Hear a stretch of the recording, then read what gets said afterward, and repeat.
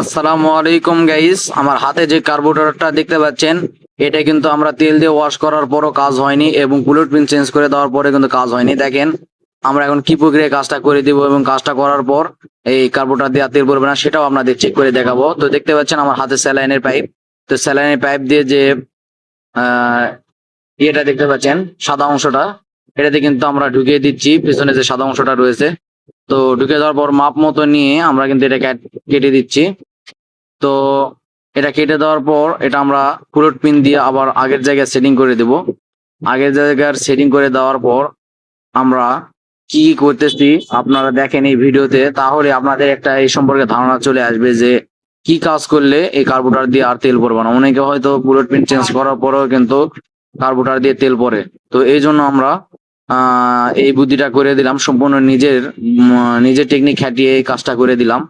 তো আসলে বর্তমানে কার্বোরেটরের সমস্যা ব্যাপক এবং কার্বোরেটরের সমস্যা, ট্যাঙ্কির সমস্যা ব্যাপক। তো এই জন্য এই সমস্যাগুলো হচ্ছে। তো আমরা দেখতে পাচ্ছেন যে তেলের মাপ করতেছি, এখন আমরা সেটিং করা শেষ, এখন আমরা তেলের মাপ করতেছি। তেলের মাপ করার পর আমরা যদি সঠিক পাই তাহলে আমরা এটা লাগিয়ে দিব, আর যদি ভুল হয় বা তেল পড়ে তাহলে আমরা কিন্তু এটা আর লাগাবো না, আমরা এটার কাজ করব।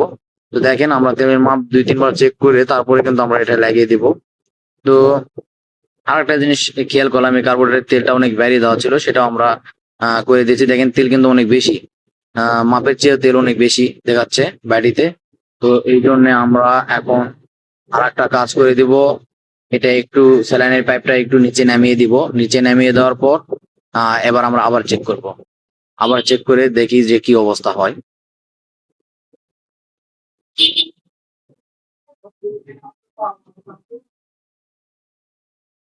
তো দেখেন এবার কিন্তু ঠিক আছে, এবার ঠিক আছে। এবার আমরা এই ব্যাটিতে একটা কাজ করে দিব, যে এই ব্যাটিতে যে ওভারফ্লো যে পিন রয়েছে, যে দিক দিয়ে ওভারফ্লো তেল পড়ে, সেখানে আমরা কিন্তু একটু স্যালাইনের পাইপ লাগিয়ে দিয়ে একটু উঁচু করে কাটবো।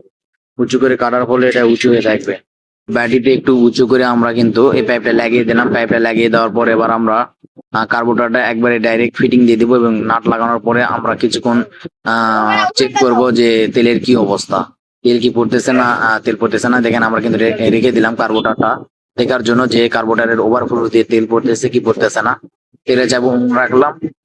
দেন আমরা এখন চেক করতেছি।